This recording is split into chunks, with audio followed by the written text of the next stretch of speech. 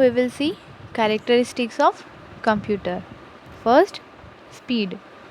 A computer can perform large number of calculations in a fraction of second. That means you can do it you can give any difficult task or any difficult calculation he can perform in a fraction of second. Fraction means within a second. Next characteristics is accuracy. A computer always gives correct results.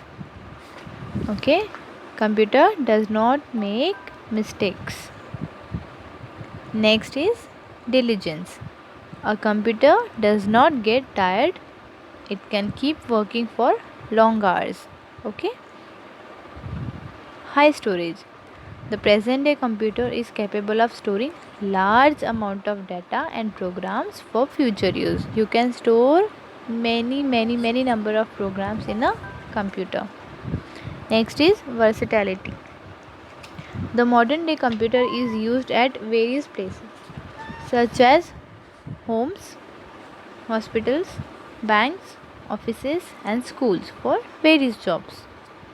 Okay, computers are used in different places for the various jobs. Next is faster communication.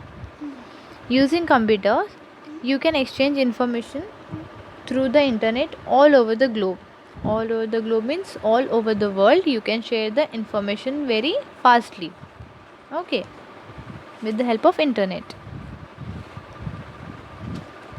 Next is zero IQ. A computer does not have any intelligence quotient of its own. He works only what it has been instructed to do. That means computer is not having thinking capacity.